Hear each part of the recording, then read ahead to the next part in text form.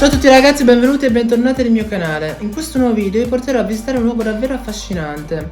Andremo ad esplorare le antiche miniere abbandonate di Calcaferro, un luogo dove si ha una grande sinergia e armonia tra le rovine abbandonate, l'acqua che scorre di continuo e la vegetazione che riprende tutto ciò che era suo. Questo luogo si tratta di un importante sito archi-minerario che si trova nei pressi di Stazzema, nelle ALPI APUANE meridionali. È stato fondato, secondo le prime testimonianze storiche riguardo alla sua attività, nel 1400, anche se molto probabilmente è di età romana. È stato costruito per l'estrazione di minerali molto ricchi in ferro, come la pierite, la limonite e la magnetite, e contenendo ferro risultano molto importanti per la fabbricazione e produzione di armi e polvere da sparo. Perciò in questo video aspettatevi di tutto, attraverseremo gallerie, vedremo l'ingresso della miniera, vedremo un sacco di rovine abbandonate dei mulini, macine, micifici e molto altro, tutto immerso all'interno del bosco e attraversato dall'acqua costante che rende questo luogo come se fosse ancora attivo, nonostante la sua inattività perdura da secoli ormai. Se volete farmi molto contento iscrivetevi qua sotto al canale, lasciate un bel mi piace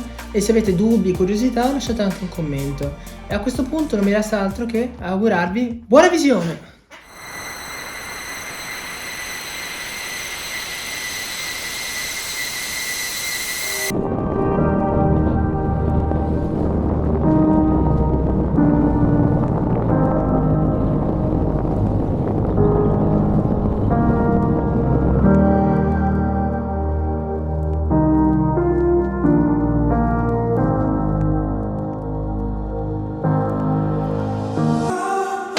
La nostra avventura inizia dal paesino di Mulina, una piccola frazione del comune di Stazzema.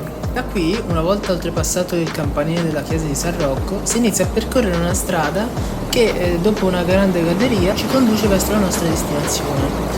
Ma caso vuole che in questi giorni ha piovuto davvero molto e ha causato, come ci ha detto un geologo della zona, una grande frana che ha ostacolato il nostro percorso e quindi siamo stati costretti a dover cambiare itinerario, intraprendendo così un altro sentiero che è il sentiero 114 o anche chiamato sentiero 4, il cui tempo di percorrenza sarà all'incirca di mezz'ora e poi a un certo punto, arrivati a un bivio, si gira a sinistra seguendo le indicazioni per le miniere di Calcaferro e scendendo per circa 200 metri si arriva alla nostra destinazione.